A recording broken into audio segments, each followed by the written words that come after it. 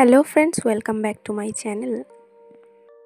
আজকে আমি আপনাদের সাথে শেয়ার করব ব্লাউজের একটা সিম্পল ব্যাক নেক ডিজাইনটা করার জন্য আমি 12 লেন্থ এবং 2.5 ইঞ্চি গ্যাপ রেখে একটা পান শেপ এঁকে নিলাম এবং এটাকে কাটিং করে নিচ্ছি।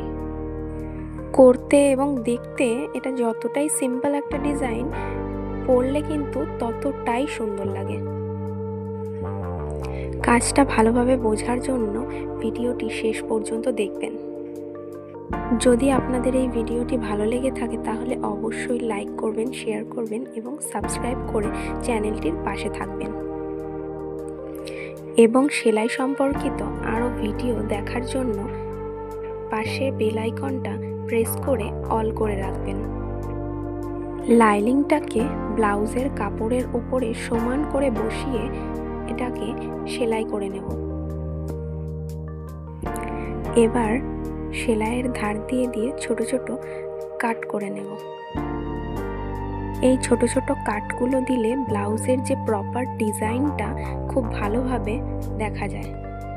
এবার লাইনিংটাকে উল্টে দিয়ে আমি ব্লাউজের কাপড়ের উপর দিকটা একটা চাপ সেলাই দিয়ে প্রপার ডিজাইনটাকে তুলে সেলাই করছি।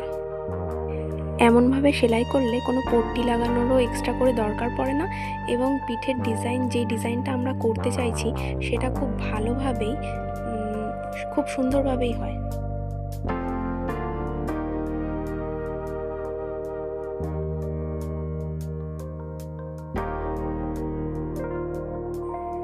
তো দেখুন আমাদের যে পান ডিজাইনটা ছিল, ব্লাউজের ব্যাক নেক ডিজাইনটা, ওটা কতটা সুন্দরভাবে পানটা বোঝা যাচ্ছে। এবার আমি একটা হাকো বা লেস, যেটা এখন খুব ট্রেন্ডিং লেস উঠেছে, সেই লেসটা দিয়ে আমি এটাকে ব্লাউজের ব্যাক নেকটাকে একটু হাইলাইট করে দেবো, যেটাতে ব্লাউজের ব্যাক নেকটা আরও বেশি সুন্দর লাগবে। যেহেতু এটা সাদা আর হলুদের ওপরে ফ্যাব্রিকটা ছিল, এই কারণে আমি লাল কালারের হাকো বা লেসটা ইউজ করেছি, যার কারণে আরও বেশি সুন্দরভাবে ফুটেছে ডিজাইনটা।